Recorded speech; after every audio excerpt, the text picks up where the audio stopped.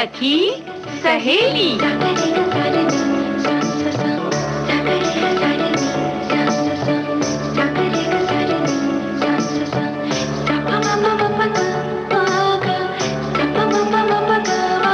सखी सहेली।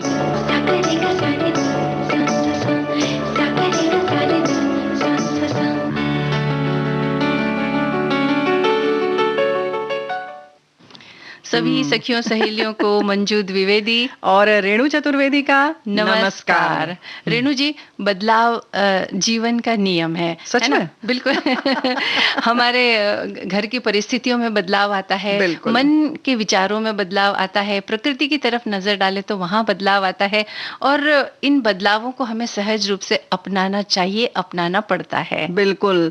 और जैसे हम लोग बराबर बात करते हैं ना मंजू की, प्रकृति से हमें सीखना चाहिए, तो ये परिवर्तनशील प्रकृति है, तो जाहिर है कि हमें अपनी जिंदगी को भी मानना चाहिए कि परिवर्तनशील है, और हमेशा स्वागत करना चाहिए इस परिवर्तन का, है ना? बिल्कुल करना चाहिए, क्योंकि परिवर्तन तो होगा ही। अगर आपने उसको बहुत अच्छे से उसका स्वागत कर लिया, जैसे कि अभी गर्मी आ रही है, तो आप कह दीजिए हेलो समर, देखिए फिर आप कितने आपकी दोस्त बन जाएगी और बड़े अच्छे से गुजर जाएगी आपकी गर्मी। बिल्कुल। और इसी तरह से अन्य जो भी परिस्थितियां आती, उनका भी हमें इसी तरह से हेलो हाय करते हुए स्वागत करना चाहिए। अगर हमने इतना खुशी से उनका स्वागत किया तो उन परिस्थितियों से निपटने में भी थोड़ी आसानी हो जाती है। लेकिन मंजू ऐसा है ना कि हमारी सखियां कुछ अब निपटने के लिए तैयार हैं, कह रही हैं कि क्या क्या करना है ये तो बता ही नहीं रहे हैं, तो भाई ये समझ रही हैं, मंजू ने भूमिका बना लिया है कि पेड़ से जो पत्ते गिरते हैं, यानी ये जो परिवर्तन होता है वो क्यों होता है।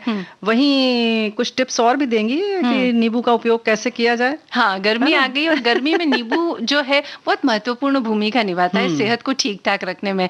तो उसको पीने में, खाने में इस तरह से तो हम इस्तेमाल करते ही, लेकिन उसके और क्या इस्तेमाल हो सकते हैं, किस तरह से, ये आज हम बताएंगे। बिल्कुल। और घूमने चलेंगे मांडवगढ़। हाँ, और उसके साथ साथ आज भाई शास्त्रीय संगीत का दिन है, कुछ खास है। बिल्कुल, आज पंडित कुमार गंधर्व की जयंती है, तो उनको भी हम याद करेंगे। और शास्त्रीय गायिका किशोरी अमोनकर, उनका भी 10 अप्रैल को उनकी जयंती आती है और 3 अप्रैल को उनका स्मृति दिवस होता है, तो आज हम उनको भी इस कार्यक्रम में लेकिन हम स्मृति दिवस और उसकी वजह से नहीं, सखी विशेष के लिए हम आज उनको शास्त्रीय गायिका के तौर पर किशोरी अमोनकर को याद करेंगे। उनकी गायकी का बिल्कुल अलग अंदाज था, कुमार गंधर्व की गायकी का बिल्कुल अलग अंदाज। बिल्कुल। तो आज हिंदुस्तानी संगीत के ख्यातनाम गायक शिवपुत्र सिद्धारमैया कोमकली यानी कि कुमार गंधर्व की स्मृतियों को तरोताजा करने का दिन है। आज उनकी जयंती है और कुमार जी के घर में उनके जन्म से ही संगीत का वातावरण था, इसीलिए तभी से उन पर संगीत के संस्कार होने लगे। अनजाने ही सुनने की ये जो प्रक्रिया है ये निरंतर जारी रही, लेकिन उस समय उन्होंने कभी मुंह नहीं खोला, यानी कि कभी गाया नहीं। तो सभी को ऐसा लगा कि शायद गाने नहीं इच्छुक हैं। और घर भर में किसी को भी संदेह भी नहीं था कि इस लड़के के मन में जाहिर है कि कोई ऐसे संस्कार जम रहे हैं, या कुछ भी ऐसा दिख नहीं रहा था कि इनको शौक है इस तरीके का।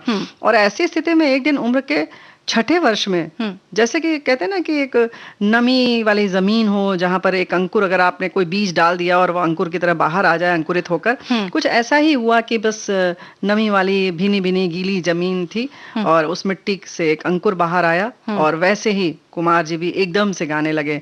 और कुमार गंधर्व सबको इतना अचरज हुआ उनके इस स्वरूप को देख कर के क्या बताएं। बिल्कुल। और ये अचरज इसलिए हुआ कि उस जमाने के जो ख्यात शास्त्रीय गायक थे वजह बुआ, उनका एक ग्रामोफोन रिकॉर्ड चल रहा था। उस रिकॉर्ड को सुन करके कुमार गंधर्व जी वैसा ही हूबहू गा रहे थे, और इस तरह कुमार जी के गायन की शुरुआत हुई। शुरू में कुमार जी तमाम बड़े गायकों की ही तरह गाया करते थे, और इसकी विशेषता ये होती थी कि उस गायक के सुर लगाने का तरीका, आलाप का ढंग, तान पलटों की जाति और लय के न्याय, बोलतानों का तरीका, ये सब उस गायक का होता था जिसकी वो नकल करते थे। यानी कि जैसा हूबहू उन्होंने गाया, उनका बिल्कुल अलग अंदाज था, अलग शैली थी। और इस तरह से छोटे से कुमार की जो गायकी के गंधर्व बनने का सफर शुरू हुआ। जब वो दूसरों के गायन के बारे में सुनते थे कि फला गायक में फला दोष है, तो उन्होंने मन ही मन निश्चय किया कि मेरे गायन में ये दोष नहीं आना चाहिए और नहीं आ पाएगा। और ऐसा ही हुआ भी। पंडित कुमार गंधर्व जो एक बार सुन ले तो वो उन्हें कभी भूल नहीं सकता। कुमार गंधर्व की ये गायकी का एक कशिश है, कहना चाहिए कि अगर एक बार आपने सुन लिया तो वो बिल्कुल दिल तक पहुंच जाती है और पैबस्त हो जाती है। बिल्कुल। कुमार गंधर्व हिंदुस्तानी और कर्नाटक संगीत दोनों में एक महत्वपूर्ण नाम है। हाँ, और कुमार जी के गाए हुए कबीर के भजन और निर्गुण के भजन हमें अध्यात्म की उन ऊंचाइयों पर पहुंचा देते हैं जहां पहुंचने में साधक को वर्षों साधना करनी पड़ती है। और उनके गाए राग मालकौंस, राग भीम पलासी को कोई भूल नहीं सकता। कुमार जी हमेशा निर्गुण और निराकार की ओर ही अपने गायन के माध्यम से लोगों को दिशा देते रहे। ध्यान और साधना की चाहत जो भी रखते हैं उनके लिए प्रतिदिन कुमार जी को सुनना उनके सफर को आसान और सुमधुर बना देता है। और जिस तरह का स्वर लगाते हैं वो वाकई कहते हैं ना कि बिल्कुल अंदर से आता है उनका वो सुर, इसलिए अंदर तक पहुंचता है। और कुछ ऐसा भी कहते हैं कि बहुत सालों तक वो बीमार थे। हाँ। और उनको बहुत सुदूर कहीं रखा गया था, बालू आदि के स्थान पर। और ऐसा भी कहते हैं कि फेफड़े में उनके कुछ छेद भी था, इन्फेक्शन भी हुआ था। उसके बावजूद जैसे कहते हैं ना कि फेफड़ों में जान होनी चाहिए, गायकी के लिए बहुत जरूरी है। गले में और ऐसे ही फेफड़ों में जान होनी चाहिए, क्योंकि जितना ही आप अंदर भरेंगे हवा उतना ही आप उतना लंबा सुर देर तक निकाल सकते हैं। हाँ। उसके बावजूद कुमार गंधर्व की इस गायकी के लिए, मतलब जिसको कहते हैं ना दांतों तले उंगली दबा लेने वाली स्थिति हो जाती है जब आप सुनते हैं उनको। हाँ, कर्नाटक में उनका जन्म हुआ था, लेकिन जब उनकी तबीयत खराब हो गई तो डॉक्टर ने उन्हें कहा था कि देवास जो एक जगह है मध्य प्रदेश में, इंदौर के पास, वहां वो रहने के लिए चले गए थे, क्योंकि वहां का जो वातावरण था उनके लिए मुफीद था। हाँ, उनके लिए मुफीद था, तो वो वहां चले गए थे और 2 साल तक उनका इलाज वहां चलता रहा। और उसके बाद जब उनकी तबीयत ठीक हुई और जब उन्होंने दोबारा गाना शुरू किया तो वो गाना पहले से कहीं ज्यादा बेहतर था। या यूं कह सकते हैं कि 2 वर्ष तक जब वो बीमार थे तो साधना कर रहे थे, कुछ ऐसा ही लगता है कहीं ना कहीं, है ना? हाँ, बिल्कुल। एक जो संगीत से प्रेम करने वाला व्यक्ति होता है उसकी साधना अंदर ही अंदर चलती रहती है, और जब एकांत उसे मिलता है उसमें वो साधना और ज्यादा अच्छी तरह से निखर कर आती है। तो अब हम बात करने की बजाय अगर जरूरी सुन ही ले, अवधूत भजन एक सुनते हैं उनका गाया हुआ।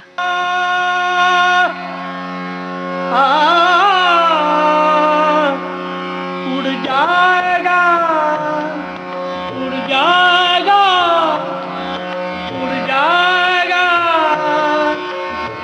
हंस अकेला, उड़ जाएगा हंस अकेला। जगदर्शन का मेला, जगदर्शन का मेला। उड़ जाएगा, उड़ जाएगा हंस अकेला, उड़ जाएगा, उड़ जाएगा हंस अकेला।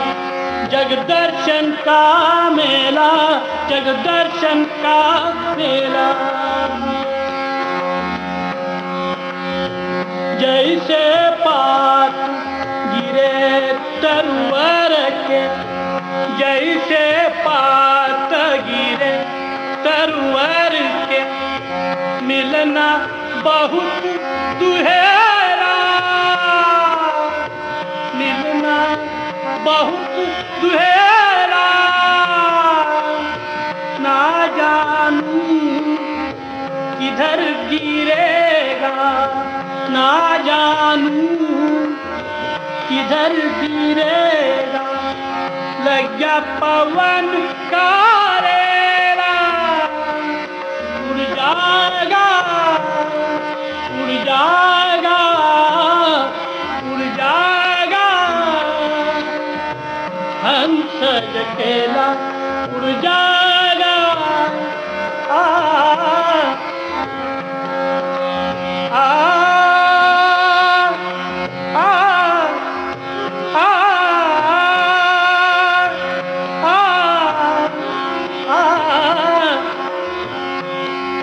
उड़ जाएगा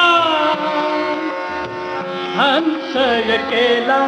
जगदर्शन का मेला, जगदर्शन का मेला।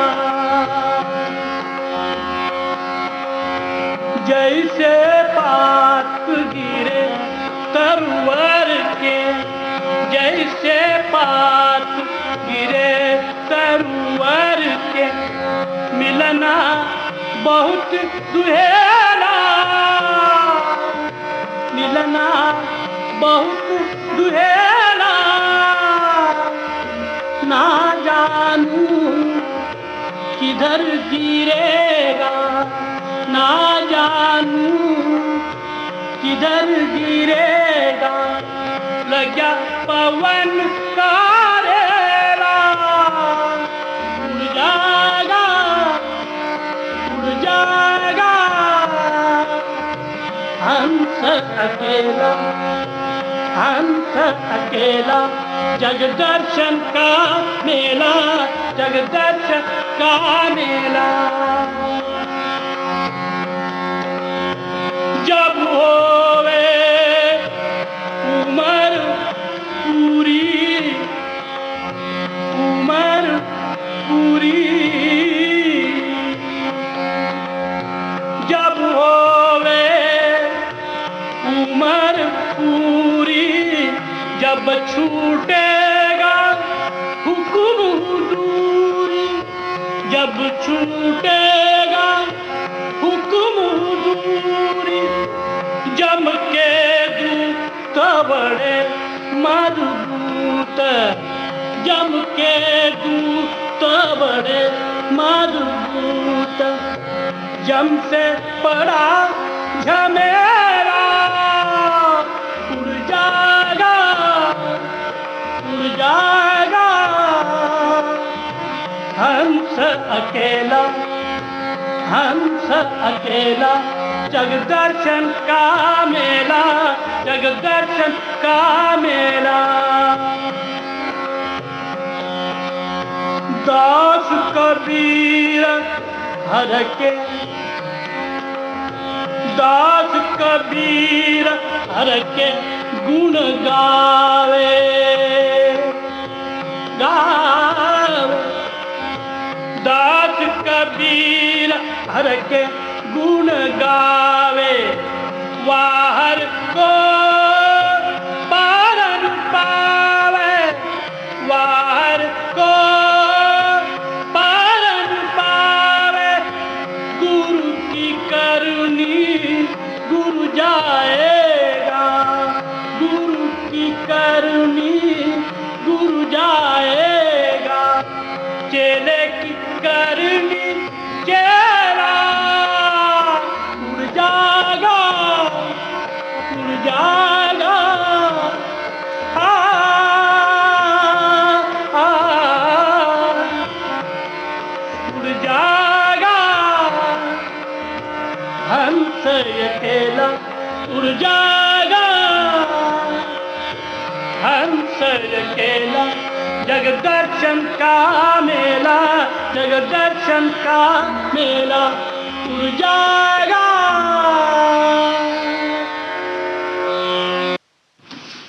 रेणु जी, ऐसे जो भजन होते हैं हमें अध्यात्म की उन गहराइयों में लेकर के जाते हैं जहाँ से बाहर आने का हमारा मन नहीं करता है। ऐसा लगता है कि बस ये भजन यूं ही चलता रहे, सुनते रहे, और मन पता नहीं किन ऊंचाइयों तक जाता है, किन गहराइयों तक जाता है, इसका अंदाजा लगाना थोड़ा मुश्किल होता है। लेकिन अगर हम सांसारिक भाषा की बात करें तो बहुत अच्छी बात है कि जग दर्शन का मेला है, तो इसको एक मेले के तौर पर लें कि आप यहाँ घूमने आए हैं, कुछ ज्यादा इसमें मतलब इससे राग द्वेष ये सब न करें, छेड़छाड़ करने की कोशिश न करें, बहुत उससे मोह माया न करें, कोई बंधन में न बंधे, निर्लिप्त भाव से रहें। अगर हम रोजमर्रा की जिंदगी में भजन तो भाई थोड़ी देर ही सुन सकते हैं ना, लेकिन अगर उसको थोड़ा सा आत्मसात कर लें और उसका आनंद अंदर अंदर लेते रहें, तो हमें लगता है कि जो जैसे तुमने अभी बताया ना कि परिवर्तन होता रहता है, तो हम कभी कभी परेशान हो जाते हैं, तो ये सारी चीजों की स्वीकृति और उसको अपनाने की प्रवृत्ति बड़ी आसानी से हो जाएगी। बिल्कुल, अपना खेल खेलिए इस मेले में और तो चले जाइए, और क्या। हाँ, इसके ऊपर एक बहुत अच्छा, एक साधु के घर में कोई व्यक्ति गया, उन्होंने बोला कि अरे आप आए हैं, तो उनके घर वो आए थे, तो उन्होंने बोला अच्छा आपका सामान कहाँ है? तो बोले नहीं मैं तो मतलब यात्री हूँ। तो बोले नहीं मतलब यात्री का मतलब क्या? बोले पूरी दुनिया मतलब मैं तो पूरी धरती पर ही आया हूँ यात्री के तौर पर। काम खत्म हो गया मैं चला जाऊंगा, मैं सामान असबाब लेके क्यों आऊँ, क्यों इकट्ठा करूँ इन सारी चीजों को। तो ये बात बिल्कुल सही है कि हमें एक यात्री की तरह या एक मेले में घूमने जैसे हम आए हैं, इस दुनिया को अगर ऐसे देखें तो कितना ही अच्छा होगा। और कई लोग तो इतने ज्यादा आसक्ति में फंसे हुए रहते हैं कि चाहे उनके पास में कितना भी आ जाए लेकिन मन नहीं भरता, दिल नहीं भरता, और सोचते हैं कि कुछ और मिल जाए तो अच्छा। और वही शब्द ही ऐसा ना, आसक्ति। कैसे इससे छूट सकते हैं ये बताओ। बिल्कुल, तो हमें थोड़ा सा छूटने का प्रयास जरूर कुछ शब्द करना ऐसे हैं चाहिए। भाई, उनसे आप दूर रहें तो अच्छा है। और आज हम बात करेंगे शास्त्रीय गायिका किशोरी अमोनकर की। हाँ। किशोरी अमोनकर हिंदुस्तानी शास्त्रीय परंपरा की प्रमुख गायिकाओं में से एक और जयपुर घराने की अग्रणी गायिका थी। हिंदुस्तानी संगीत में उन्होंने देश और विदेश में खासी ख्याति अर्जित की। उनकी सुरीली आवाज से लाखों संगीत रसिक मंत्रमुग्ध हुए।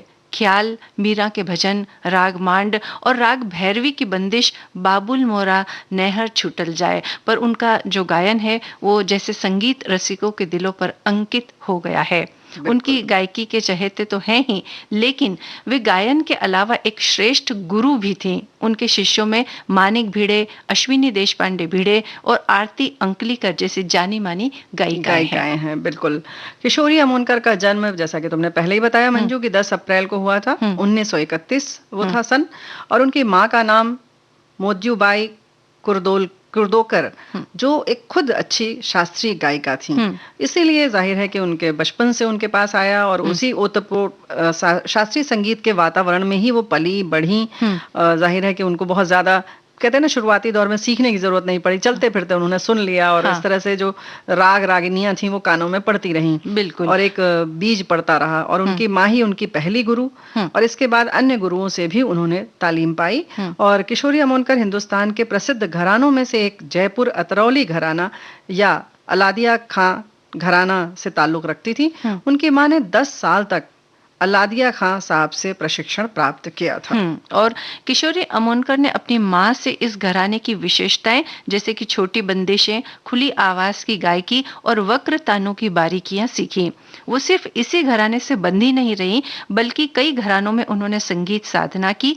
उनकी गायन शैली पर सभी घरानों की झलक दिखाई देती थी। बिल्कुल। और सबसे बड़ी बात यह थी कि गायकी के साथ वो प्रयोग किया करती थी, लेकिन जो राग का जो उनका मौलिक स्वरूप है उसमें वो छेड़छाड़ बिल्कुल पसंद नहीं करती थी। उनकी अपनी अलग एक शैली थी, वो चाहे ख्याल हो, ठुमरी हो, भजन हो या फिर फिल्मी गीतों की बात ही क्यों ना हो। किशोरी अमोनकर की गायकी हर विधा को निखार देती थी।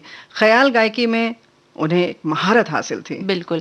और किसी भी कलाकार के लिए एकांत जरूरी होता है। हम अभी थोड़ी देर पहले भी बात कर रहे थे ना, तो एकांत जरूरी होता है, खासकर रियाज के समय एकांत चाहिए होता है। और गायकी में गंभीरता भी जरूरी है। और इस गंभीरता के प्रति किशोरी जी इतनी गंभीर थी कि उनका व्यक्तित्व भी इससे अलग नहीं रह पाया। उनकी सादगी, सरलता और सुरों की गंभीरता सिर्फ संगीत के प्रति उनका जुनून और साधना दिखाती है। जी हाँ। और जैसा कहा कि राग के प्रति वो बहुत बेहद गंभीर थी, रागिनियों के प्रति तो जाहिर है कि, और इसीलिए समय को लेकर भी उन्होंने बहुत उसका पालन किया। जैसे कि सभी को पता होगा, हमारे दोस्तों को, श्रोताओं को, कि हर राग के गाने का समय अलग है हिंदुस्तानी शैली में और ऐसे ही कर्नाटक शैली में, यानी हमारे देश की गायकी में, शास्त्रीय संगीत में। और तो इसी तरह से काम और संगीत के प्रति उनकी गंभीरता का अंदाजा आप इस बात से लगा सकते हैं दोस्तों कि वो रागों को उनके पारंपरिक समय पर ही गाती थी। यानी कि अगर कोई उनका मंच गायकी या कहीं पर भी उन्हें अगर प्रदर्शन करना है तो शाम को अगर गाना है तो शाम की ही राग गाती थी। और इसलिए अगर उन्हें सुबह का कोई राग गाना होता था तो वो कहती थी कि आप सुबह रखिए इस आयोजन को। और सुबह 6 बजे अगर शुरुआत है तो अमोनकर 6 बजे कंसर्ट करने की शुरुआत किशोरी अमोनकर ने ही शुरू की, क्योंकि भाई अगर सिर्फ शाम को ही होता तो सिर्फ शाम की ही राग श्रोता सुन सकते या दर्शक देख सकते, सुन सकते। तो इस तरह से सुबह के कंसर्ट जो हुए वो किशोरी अमोनकर की ही देन है। बिल्कुल। और किसी भी अच्छे गायक का सपना होता है फिल्मों के लिए प्लेबैक करना, लेकिन शास्त्रीय संगीत में पारंगत किशोरी जी ने फिल्मों से दूरी हमेशा बनाए रखी। उन्होंने 1964 में वी शांताराम की फिल्म गीत गाया पत्थरों ने के लिए गाया और उसके 26 सालों के बाद फिल्म दृष्टि के लिए संगीत भी दिया और गाया भी। फिल्म में गाने से उनकी माँ बहुत नाराज हुई और इसी वजह से उन्होंने शास्त्रीय संगीत का दामन हमेशा थामे रखा। बिल्कुल। किशोरी अमोनकर जी मान सम्मान से बहुत ऊपर थीं, लेकिन फिर भी जाहिर है कि संगीत के क्षेत्र में जो उनका योगदान है उसके लिए उन्हें बहुत सारे मान सम्मान दिए गए। और 85 में यानी सन 1985 में संगीत नाटक अकादमी सम्मान, 87 में पद्म भूषण और 1997 में संगीत साम्राज्ञी सम्मान, 2002 में पद्म विभूषण, 2002 में संगीत संशोधन अकादमी सम्मान और 2009 में संगीत नाटक अकादमी फेलोशिप से नवाजा गया आपको। और 84 बरस की उम्र तक किशोरीताई संगीत की विरासत को थामे रही, अति विलंबित आलाप और मंथर गति से गाते हुए जैसे वो आह्वान करती नजर आती थी। उनके संगीत में उदासी भी थी और आह्लाद भी। अमोल पालेकर और संध्या गोखले ने भिन्न षडज नाम से किशोरी जी के व्यक्तित्व और कृतित्व पर एक डॉक्यूमेंट्री भी बनाई है। अद्वितीय लयकारी को कामना, विरह, वेदना और एकाकीपन से जोड़कर भारतीय शास्त्रीय संगीत को एक नई दुर्लभ ऊंचाई और एक रसमयी पहचान देने वाली किशोरी अमोनकर का 3 अप्रैल 2017 को निधन हो गया।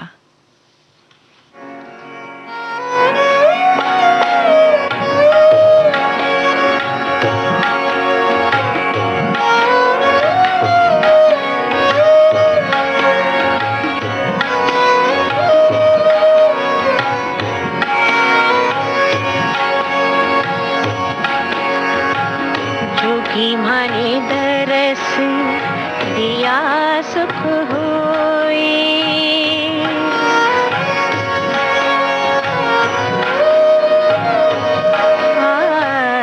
जोगी माने दरस दिया सुख होए,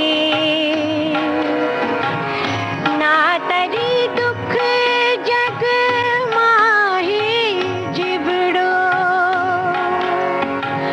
निस दिन झुरे तोई,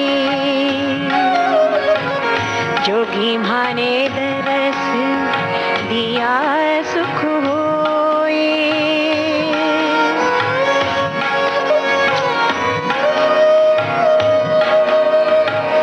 जोगी माने दरस दिया सुख होए, ना तरी दुख जग माहे जिबड़ो, निस दिन झुरे तोई, जोगी माने दरस दिया सुख होए।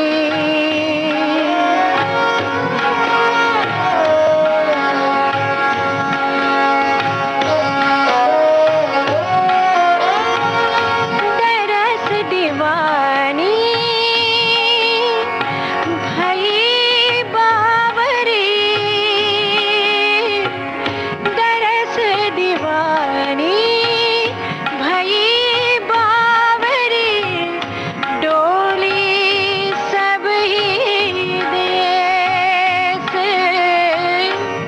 डोली सब ही देश, मेरा दासी भई है पंडर, मेरा दासी भई है पंडर, पलटाया काला केस, पलटाया काला केस, जोगी माने दरस दिया सुख होई,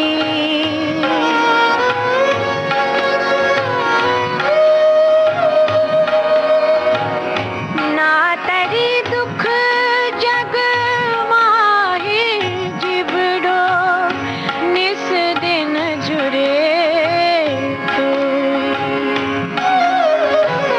जोगी माने दरस दिया सुख होई, सुख होई। वाह वाह वाह, क्या बात है। पहले आनंद आ गया। सबसे पहले हमने कबीर का भजन सुना और उसके बाद हमने मीराबाई का भजन सुना, और आज वातावरण जो है थोड़ा आध्यात्मिक हो गया है। ऐसा तो घुमाने नहीं ले जाओगी क्या? बिल्कुल, इसीलिए हम सोच रहे हैं कि थोड़ा सा मूड को बदला जाए। ऐसा हमें लगा कि अब ये कहेंगे कि नहीं फिर तो हम ऐसे चलेंगे कि कहीं सोमनाथ वगैरह दर्शन करने चलेंगी, ये ऐसा नहीं नहीं, हमने इस बात का थोड़ा ख्याल क्या रखा रखा है। है? अच्छा हाँ, पहले कह भी तो चुके हैं कि मांडवगढ़ हम लोग दिखाएंगे ना। हाँ, तो पर्यटन स्थल जो कि हम प्रत्येक गुरुवार के दिन बात करते हैं। आज मांडवगढ़ की सैर करेंगे। मांडू या मांडवगढ़ मध्य प्रदेश के धार जिले के मांडव क्षेत्र में स्थित एक प्राचीन शहर है और ये इंदौर से लगभग 100 किलोमीटर दूर है। इस ऐतिहासिक पर्यटक स्थल को खुशियों का शहर भी कहा जाता है। रेणु जी, खुशियों का शहर क्या बात है। और भाई देखो, ऐसा है ना कि ये अब हम समझ में आ रहा है कि मांडवगढ़ हम क्यों जा रहे हैं। मध्य प्रदेश की बात चल रही है और कुमार गंधर्व जी की हमने बात की, तो इसलिए आज हम लोग मांडवगढ़ चल रहे हैं, है ना? बिल्कुल। मांडू विंध्य पहाड़ियों से लगभग 592 मीटर की ऊंचाई पर स्थित है। ये दुनिया का सबसे बड़ा किलों का शहर है। किलों में चारों तरफ से इस शहर को घेर रखा है। यहाँ पर आम, इमली, बरगद के सैकड़ों पेड़ देखे जा सकते हैं और बारिश के बाद मांडू की खूबसूरती और हरियाली और बढ़ जाती है। बिल्कुल। और जैसा कि हमने कहा कि ऐतिहासिक पर्यटक स्थल है। 10वीं शताब्दी में मांडू मालवा के परमार राजाओं की राजधानी हुआ करता था और लगभग 13वीं शताब्दी तक उस पर मालवा के सुल्तान का शासन रहा। तब इसका नाम शादियाबाद रखा गया था, जिसका अर्थ होता है खुशियों का शहर। और मांडू की बेहतरीन वास्तुकला देखने के लिए दूर दूर से पर्यटक आते हैं। यहाँ की छोटी छोटी पहाड़ियों पर बने खूबसूरत किले हर किसी को अपनी तरफ आकर्षित करते हैं। मांडू की खूबसूरती में शांति के साथ साथ एक प्रेम कथा भी छिपी हुई है। कहा जाता है कि राजा बाज बहादुर अपनी प्रेमिका यानी कि रानी रूपमती से बेहद प्यार करते थे। बिल्कुल। और एक दिन जंगल से गुजरते हुए राजा बाज बहादुर ने रूपमती का गाना सुन लिया। फिर तो बस उनसे प्यार करने लगे। राजा ने उनके लिए कई महल भी बनवाए। मांडू की खोज राजा भोज ने 10वीं शताब्दी में की थी।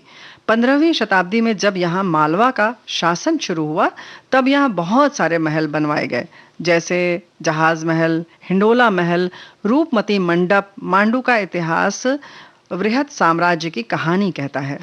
और मांडू में देखने के लिए बहुत कुछ है, जैसा कि अभी हमने बताया। और इसके अलावा जामा मस्जिद, जहाज महल, हिंडोला महल, नीलकंठ मंदिर, रेखा कुंड, रानी रूपमती महल और होशंग शाह का मकबरा।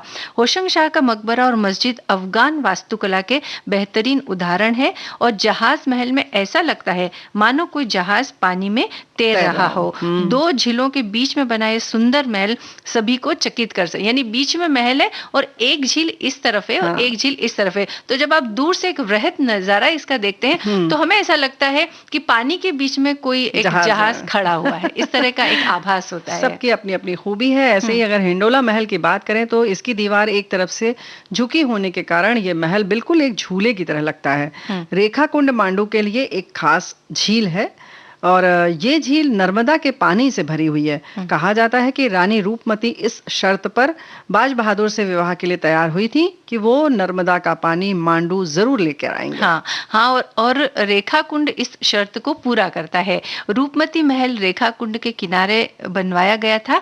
ये महल बाज बहादुर ने अपनी रानी रूपमती के लिए बनवाया और इसी महल से रानी नर्मदा नदी का खूबसूरत नजारा देखा करती थी और नर्मदा के दर्शन के बाद ही वो भोजन ग्रहण करती थी। ये उनका प्रण था कि जब तक मैं इस नदी के, इस पानी के दर्शन ना कर लूं, भोजन ग्रहण नहीं करूंगी। देखो, पहले कितना अच्छा था कि हम नदी को कितना पवित्र मानते थे कि सोचो दर्शन के बाद ही वो भोजन ग्रहण करती थी। अब ऐसे में जाहिर है कि हम उस नदी की देखभाल करेंगे, चाहेंगे कि उसमें पानी निरंतर बना रहे। तो ये एक तरीके से लगाव होता है और एक जुड़ाव होता है। जब हम उसको अपने खान पान या अपनी दिनचर्या में जोड़ लेते हैं प्रकृति को, तो किस तरह से उसकी एक तरह से संरक्षण भी हो जाता है। उसके प्रति सम्मान हमारा और बढ़ जाता है। तो ये पुराने जमाने में बहुत ज्यादा था हमारे देश में। और अगर हम बात कर रहे हैं मांडू की, तो मांडू अपनी सामरिक स्थिति और प्राकृतिक सुरक्षा के कारण अपने दिनों में एक महत्वपूर्ण सैन्य चौकी हुआ करता था। पहाड़ों की विंध्य श्रृंखला और नर्मदा नदी दुश्मन का रास्ता रोक देने में समर्थ थी। इस प्रकार यह सुरक्षित हो जाता था। किला 82 किलोमीटर की परिधि में है और इसे भारत में सबसे बड़ा माना जाता है। इसमें महल, सजावटी नहरों और स्नान मंडपों के खंडहर मौजूद हैं। वैसे तो यहाँ का मौसम साल भर अच्छा रहता है, सर्दी हो या गर्मी, लेकिन मॉनसून और उसके बाद इसकी छटाई होती है। हरे भरे परिदृश्य और बैंगनी सूर्यास्त आकाश के बीच स्मारकों की रहस्यमय सुंदरता बीते युग की जीवंत तस्वीर को चित्रित करती है। और ये क्षेत्र खुसरानी इमली के पेड़ों के लिए भी प्रसिद्ध है। क्या बात है। ये तो एक तरह की इमली है ही, लेकिन इसके अलावा बहुत सारी आयुर्वेदिक औषधियों के लिए भी ये क्षेत्र प्रसिद्ध है, क्योंकि क्योंकि एक पूरा जंगल के जैसा वहाँ है, तो इसमें बहुत सारी जड़ी बूटियां उगती है, और जब हम वहाँ जाते हैं तो वहाँ के जो लोकल लोग हैं वो उन जड़ी बूटियों को लेकर के बताते भी हैं, और बेचने के लिए वो वहाँ बैठे भी रहते हैं। और ये जो खुसरानी इमली के बारे में हमने बताया है ना, तो इस इमली का जो पेड़ होता है ना, इसकी विशेषता ये होती है रेणु जी कि इसका जो तना होता है ना, उसकी चौड़ाई या उसकी गोलाई देख करके आप इतना आश्चर्य करेंगे और सोचेंगे कि बाप रे, इतना बड़ा किसी का तना इतना चौड़ा भी हो सकता है क्या? क्योंकि हर पेड़ की जो चौड़ाई है, गोलाई बहुत ज्यादा है। हाँ, वाह। तो भाई ये तो बहुत जबरदस्त चीज है। अब हमारे दर्शक, हमारे जो दोस्त हैं, जो मतलब अब दर्शक तो इसलिए हम कह रहे हैं कि हमने पूरा चित्र खींच दिया कि क्या क्या वहां पर कैसे कैसे होता है। हाँ। तने का जैसे कि एक बार हम लोगों ने पढ़ाई में पढ़ा था कि वो तने के बीच में ऐसे काटा हुआ था कि उसके नीचे से कार वार चली जाती थी, तो हमें लगा कुछ इतना बड़ा तो नहीं है। हाँ, इतना ही बड़ा है कि कम से कम 2 व्यक्ति आराम से उसके, अगर उसके दरवाजे जैसा बना दिया जाए तो 2 लोग आराम से उसके नीचे से गुजर सकते हैं, इतना चौड़ा उसका तना। तो अब आप सोच रहे होंगे कि कैसे पहुंचे, तो हम आपको बता दें कि आप रेल मार्ग, सड़क मार्ग, हवाई मार्ग, तीनों तरह से यहाँ पहुंच सकते हैं। इसके जो नजदीकी शहर है धार है। धार से मांडू की दूरी 35 किलोमीटर है, और रतलाम से मांडू की दूरी 95 किलोमीटर है, बहुत ज्यादा दूर नहीं है। इंदौर हवाई अड्डे से 90 किलोमीटर दूर है। नजदीकी रेलवे स्टेशन इंदौर और रतलाम है। हाँ, तो यहाँ कब जा रहे हैं आप? हाँ, और जैसे कि हमने कहा कि साल भर ही यहाँ का मौसम ठीक रहता है, तो आप जा सकते हैं, लेकिन अगर बारिश के बाद जाएंगे तो और भी आपको जो हरियाली है ना, उसको देखने का आनंद और भी ज्यादा आएगा। और फिलहाल तो बिल्कुल मत जाइए, कोरोना की जो भी बात है उसका पूरा ख्याल रखिए और एहतियात बरतिए। जी।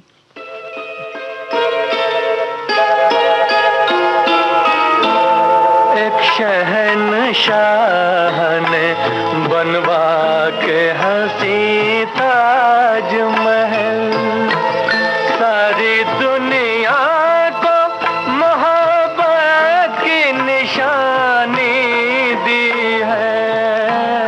इसके साए में सदा प्यार के चर्चे होंगे, खत्म जो हो न सकेगी वो कहानी दी है।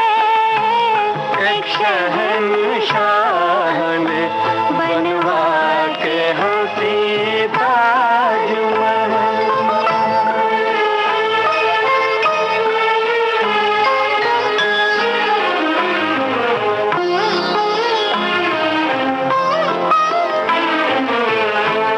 ताज वो शम्मा है उल्फत के सनम खाने की, जिसके परवानों में मुफलिस भी है, जरदार भी है। रंगे मरमर में समाए हुए ख्वाबों की कसम, मरहले प्यार के आसान भी दुश्वार भी है। दिल को एक जोश, इरादों को जवानी दी है। एक शहंशाह ने बनवा के हंसी ताजमहल।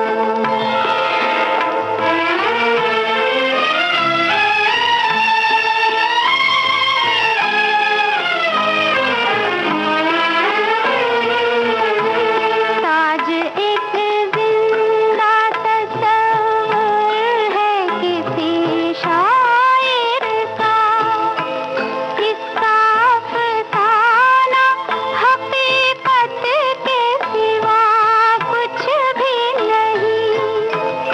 इसके आगोश में आकर ये गुमा होता है, जिंदगी जैसे मोहब्बत के सिवा कुछ भी नहीं। ताज ने प्यार की मौजों को रवानी दी है। एक शहंशाह ने बनवा के हंसी ताजमहल। तो ऐसी बहुत सारी ऐतिहासिक इमारतें हैं हमारे यहाँ देखने के लिए, बिल्कुल। जो कि आप जा सकते हैं, और कई ऐसी इमारतों में प्रेम की कहानियां छुपी हुई हैं। हाँ, उन्हें कुछ भी ना आप कुछ कहानी सुनिए। तो है। हाँ, कहीं कुछ वीरांगनाओं की कहानी है तो कहीं प्रेम कथाएं हैं, है हाँ, ना? तो उन्हें सुनिए, और जब आप कहीं घूमने के लिए जाएं तो गाइड जरूर कर लें, ताकि वहाँ हाँ, वहाँ की जो भी स्थानीय हाँ, चीजें हैं वो पता चलती हैं, और जो हाँ, छोटी-छोटी कहानियां होती हैं, किस्से होते हैं, वो भी पता चलते हैं। हुँ। जैसे कि ये वनस्पतियों की बात है, उसकी भी जानकारी उन्हें बखूबी होती है। हाँ, तो देखने में ज़्यादा आनंद आता जी है। हाँ। लेकिन अगर आपको वहाँ उसके पीछे छुपी हुई कहानी पता नहीं है, जैसे कि अगर हम हिंडोला महल की बात करें, जी। अगर आपको पता नहीं है कि इसकी क्या ख़ासियत है, तो आप केवल बस दीवारों को देख कर के आ जाएँगे। चले लेकिन जाएंगे, जब बिल्कुल। वो बताएँगे, तब आप उस नज़रिए से देखेंगे और आपको पता चलेगा कि हाँ, ये तो वाक़ई में एक हिंडोले खासियत की इसकी तरह है। क्या है? हाँ, जैसे हम अब लोगों ने हवा महल की भी बात की, तो जब हुँ, तक कि उसके बारे में सब चीजें नहीं पता हो, तो या किस स्थापत्य कला की बात कर रहे हैं हम, हाँ, ये सारी चीजें वो बताते हैं गाइड, तो बहुत अच्छा रहता है। हुँ। और अभी हम क्या बता रहे हैं? हाँ, आपने पत्ते गिरे कि नहीं गिरे, किन किन बिल्कुल। पेड़ों के गिरे, कहाँ कहाँ हाँ। पतझड़ आई, कहाँ कहाँ नहीं आई, है ना? रेणु जी, आप जब घर से निकलकर ऑफिस पहुंचती हैं, हाँ। तो रास्ते में अगर आपकी नजर पड़ी होगी पौधों पर या फिर सड़क पर, तो आपने देखा होगा कि कितने सारे पत्ते इस समय आजकल गिरे हुए हैं, बिल्कुल और उन पत्तों का ढेर जगह जगह इकट्ठा पर हो जमा गया। हुआ है। जी हाँ। और ऊपर अगर पेड़ की तरफ नजर डालें तो उसकी डालियां एकदम ऐसा लगता है खाली खाली सी नजर आती खाली है। खाली हो गई हैं। वहीं कुछ कुछ जगह, कुछ कुछ जो डालियों पर छोटी छोटी कोपलें भी आ गई हैं, ऐसा नहीं है। कुछ पर है, कुछ पर नहीं है, कुछ पर अभी आने की तैयारी में है। तो सबका मौसम अलग अलग होता है, सबका समय अलग अलग होता है ना, पतझड़ का भी। लेकिन हम देख करके छोड़ देते, कभी हम इस बात पर विचार नहीं करते कि ऐसा क्यों होता है, कि कभी तो वो सारी पत्तियां एकदम नई नवेली धुली हुई सी लगती है, और कभी कभी वो बिल्कुल पत्ती विहीन लगती हैं, जी और हाँ। कभी कभी इतनी सारी पत्तियां सड़क पर क्यों गिरी हुई नजर आती सड़क हैं। पर गिरती हैं, पतझड़ है जरूर, ये सबको पता है, क्योंकि शायद होली हम इसीलिए मनाते ही हैं कि हाँ। ये हमें लगता है किसी जमाने में सब पत्ते इकट्ठे हो जाते थे तो उनको जला दिया जाता था हाँ। होली के समय। लेकिन बिल्कुल। हाँ, ये है कि इसका वैज्ञानिक जो तथ्य है वो आज तक किसी ने शायद समझने की कोशिश नहीं की बिल्कुल। है, या तो हमारे बहुत सारे श्रोताओं को पता भी होगा जरूर। हाँ, अलग अलग पेड़ों के लिए वैसे, लेकिन उससे पहले हम अपने श्रोता का एक कमेंट है वो हम पढ़ हाँ, देते हैं, जरूर। कि एक हमारी सखी ने लिखा है कि पेड़ के पत्ते गिरने का वैज्ञानिक कारण कि उसमें उपस्थित क्लोरोफिल सूख जाता है, और नए पत्ते की जगह बनाने के लिए पुराने पत्ते गिर जाते हैं, ताकि नए पत्ते उस पेड़ के परिवार में अपनी जगह बना सके और उसको हरा भरा रख सकें, जैसे कि मनुष्य का इस दुनिया से आवागमन कह सकते हैं। कह सकते यानी हैं, इन्होंने एक जो बिल्कुल। कंपैरिजन किया है वो बड़ा अच्छा किया है, बिल्कुल, ये प्रकृति तो और सत्य है, मनुष्य बिल्कुल। का, है ना? जी हाँ। तो अलग अलग पेड़ों के लिए पतझड़ का समय भी अलग अलग होता है। कुछ पेड़ों के लिए पतझड़ बीत चुका है, तो कुछ के लिए अभी चल रहा है। और इतना ही नहीं, दुनिया के अलग अलग हिस्सों में भी पतझड़ का मौसम अलग अलग समय आता है।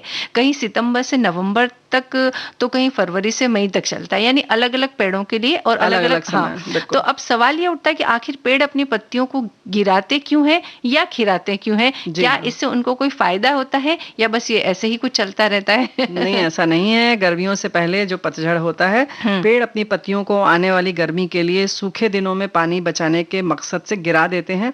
वहीं ठंडे देशों के जो पतझड़ वाले जो पेड़ हैं, ऐसी सर्दी के दिनों में बर्फबारी से होने वाले नुकसान से बचने के लिए करते हैं ऐसा हाँ, वो। यानी पत्तियों से पत्तियां रहेंगी तो उस पर बर्फ गिरेगी, फिर उनको उसका बोझ सहना पड़ेगा, वो हाँ। भारी हो जाता है, हाँ। तो इसलिए वो गिरा देते हैं। प्रकृति और का ये नियम है। जी, और मैदानी इलाकों में जो पेड़ होते हैं वो पत्तियों से, चूंकि पानी जो हमने देखा होगा कि पेड़ के नीचे जब हम बैठते हैं तो हमें बहुत ठंडक महसूस जी होती है, हाँ। क्योंकि पत्तियों से छोटी छोटी पानी की बूंदें बूंदें निकलती फुहार है, जैसी आती तो है, जी। पत्तियां जितनी ज्यादा होंगी वो पानी उतना ज्यादा उन पौधों को या पेड़ों उत्सर्जन को करेंगे, जरूरत पड़ेगी, निकालेंगे वो, उत्सर्जन जी। करेंगे।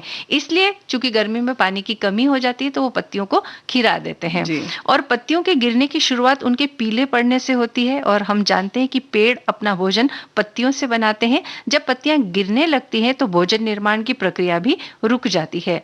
इस प्रक्रिया में कई पत्तियां अपना नाइट्रोजन और कार्बन निकालकर प्रोटीन के रूप में जड़ों और छाल में जमा कर देती हैं, और यही संग्रहित प्रोटीन बाद में नाइट्रोजन के स्रोत के रूप में नई पत्तियों और फूलों के विकास में काम आता है। और देखिए इसलिए कितनी हाँ, चमत्कारिक चीज है ना। बिल्कुल, यानी कि नए के आगमन की ये तैयारी होती है कि जी हाँ। पुराने अपनी जगह छोड़ करके चले जाते हैं, लेकिन उसके पहले एक सुरक्षित माहौल बनाते हाँ, हैं। बिल्कुल सुरक्षित माहौल बनाते हैं, या यूं कहें कि अपने ही जीवन की खुद तैयारी कर लेते हैं। प्रकृति खुद ब खुद अपनी पूरी तैयारी कर लेती है, कैसे उसे कब नाइट्रोजन चाहिए, उसका संरक्षण कैसे करना है, प्रोटीन की किस तरह से प्रयोग करना है, ये सारी चीजें हैं।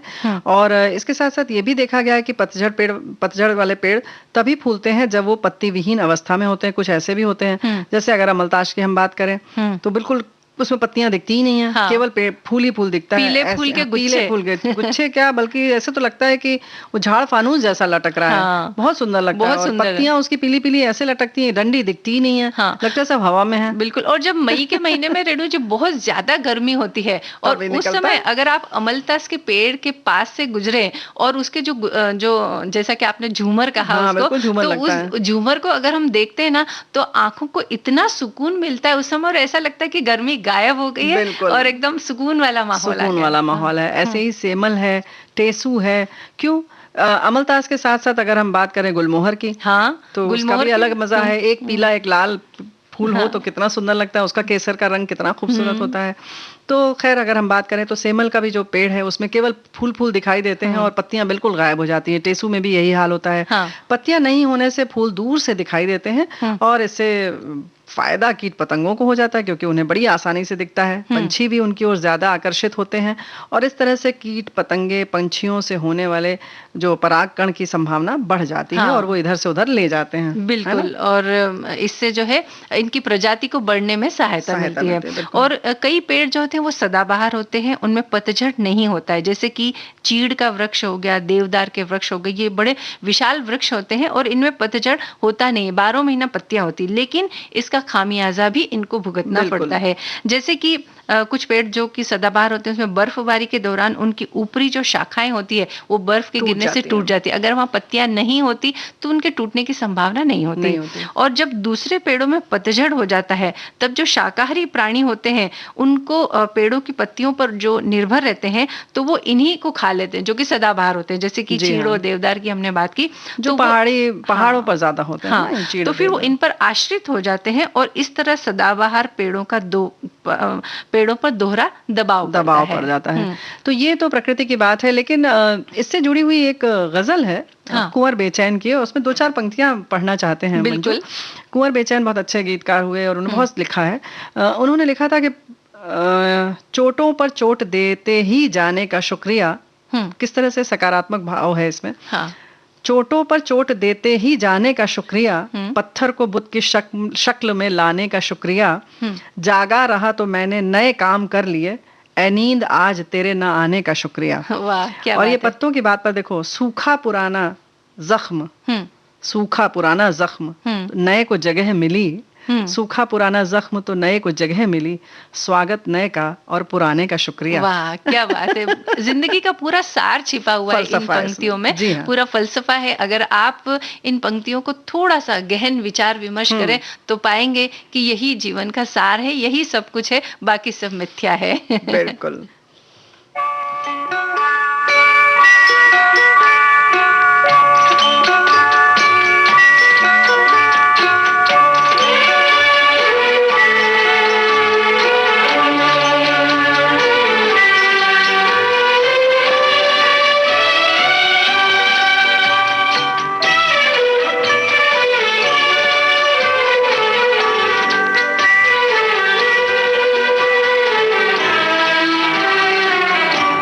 रहे न रहे हम महका करेंगे, बनके कली बनके सबा बावे वफा में, रहे न रहे हम।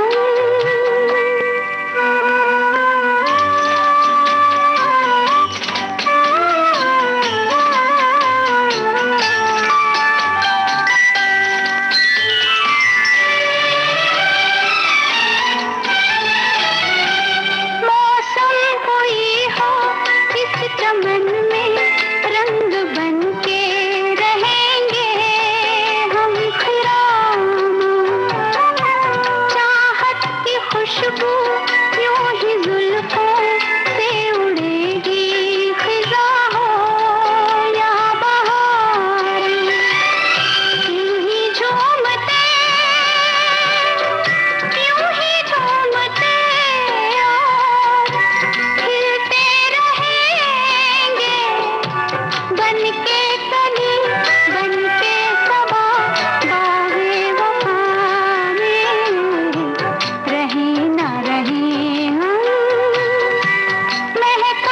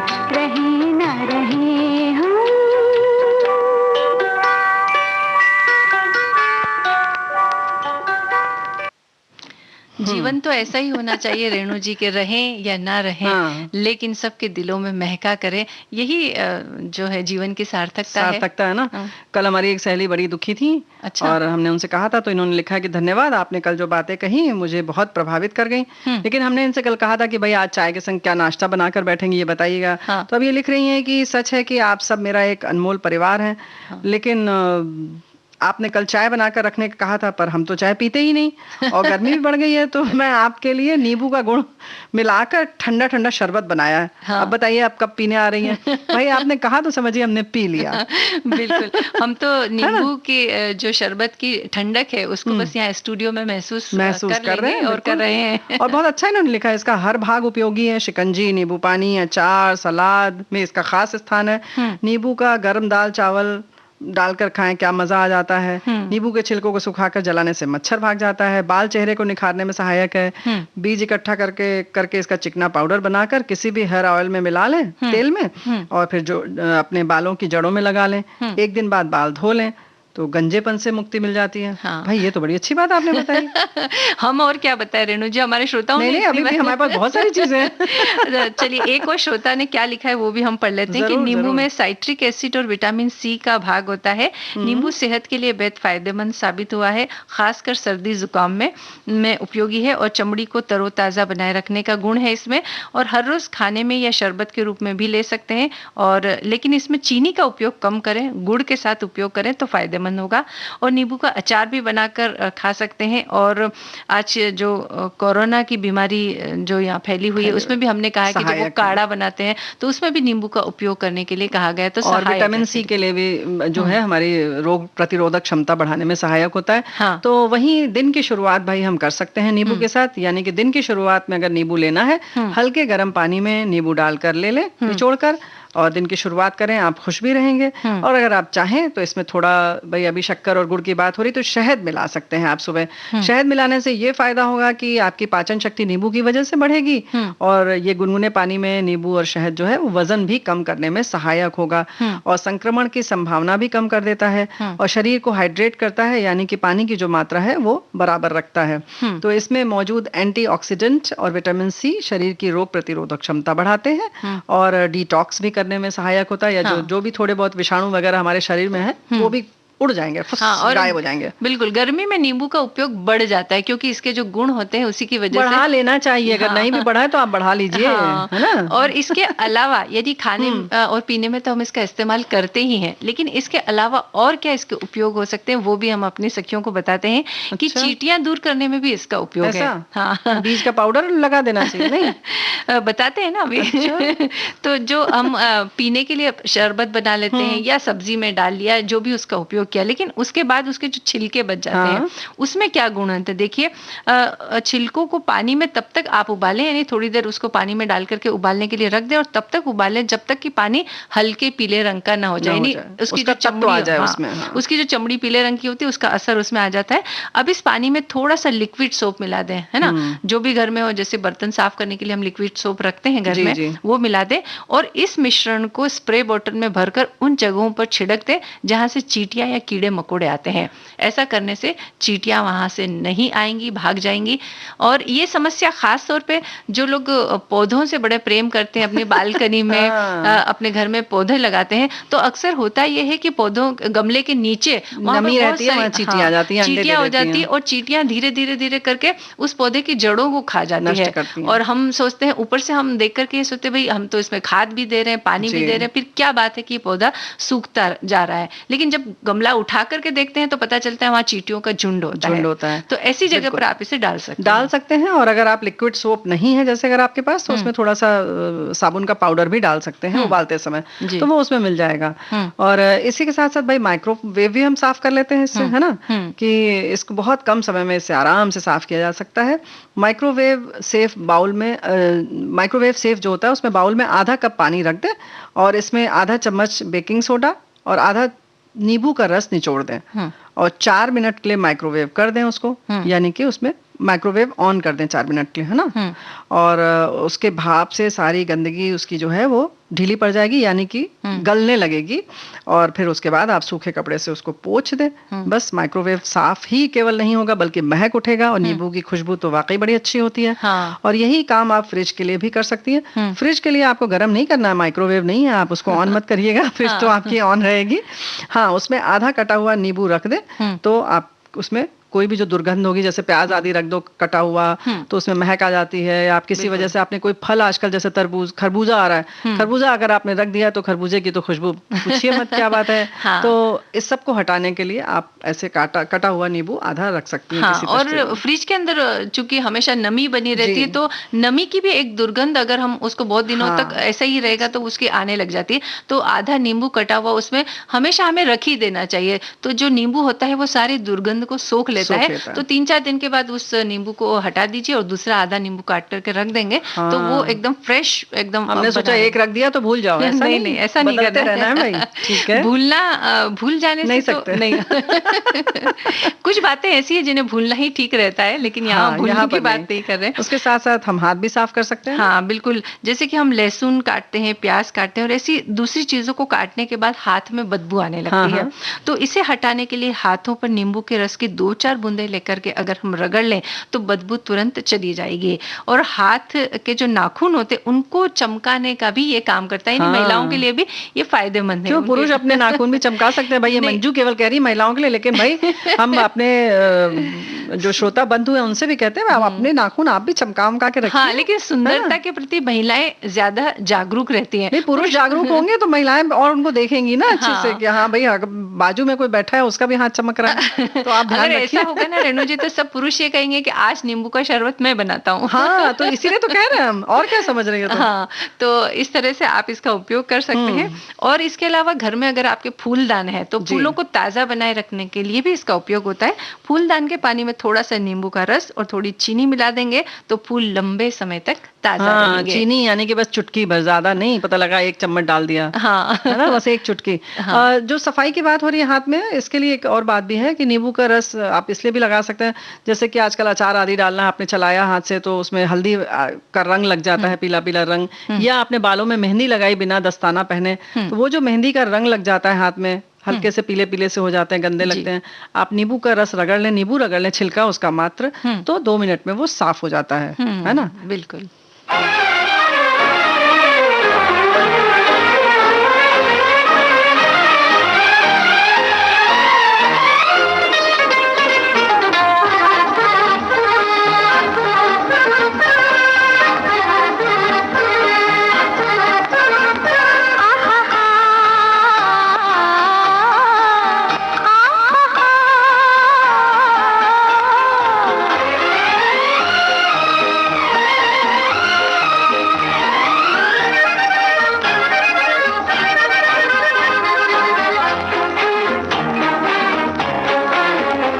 अब तो दिलों की मुश्किल आसान हो गई है, दुनिया को मोहब्बत की पहचान हो गई है। अब प्यार की हर मंजिल आसान हो गई है, आपस में दो दिलों की पहचान हो गई है। अब दो दिलों की मुश्किल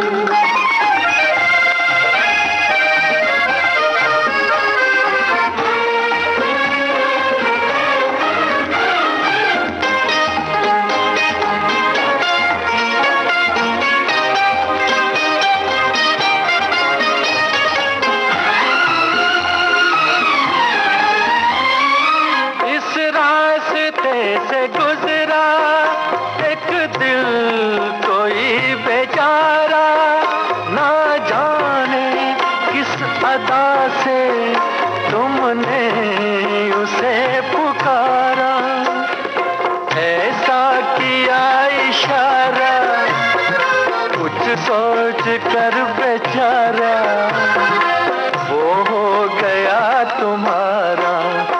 दुनिया भी देख ये हैरान हो गई है। आपस में दो दिलों की पहचान हो गई है। अब दो दिलों की मुश्किल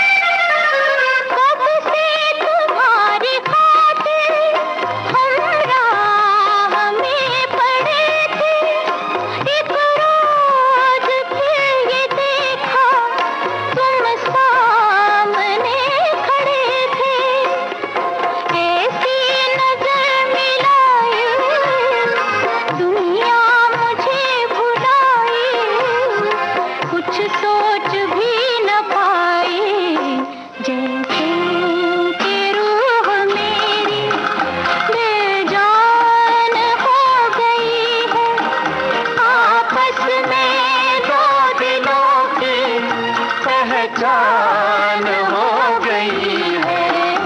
अब दो दिलों की मुश्किल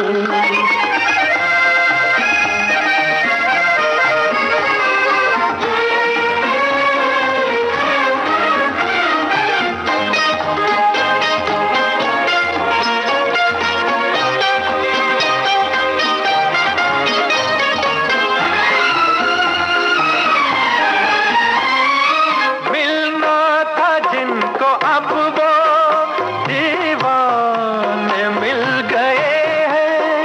तेरी दास्तां से मेरे अफसाने मिल गए हैं।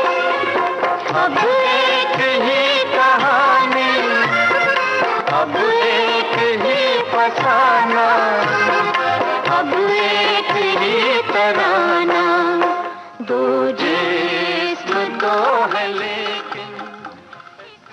गीत हमने सुन लिया रेणु जी, और नींबू के फायदे भी हमने जान लिए। फायदे जान लिए, लेकिन एक बड़ी खास बात जो है हमारे साथी ने लिखकर भेजी है फेसबुक पर कि उसको पकाते समय न डालें। हाँ, ये बिल्कुल सही है। जब पक जाए कोई भी खाना है, सब्जी है, दाल है, और जब उसको उतार लें गैस पर से गर्म उससे उबलते हुए, उसके बाद डालें, नहीं तो उसके सारे तत्व जो है वो नष्ट हो जाते हैं। हाँ, और बड़ी उसकी अच्छी बात उपयोगिता जो है वो समाप्त हो जाएगी। हाँ। इसलिए, लेकिन अब हमारे कार्यक्रम का समय समाप्त हो रहा है, तो अब कार्यक्रम समाप्त करने की आज्ञा दीजिए। आप सभी को मंजू द्विवेदी और रेणु चतुर्वेदी का नमस्कार। नमस्कार।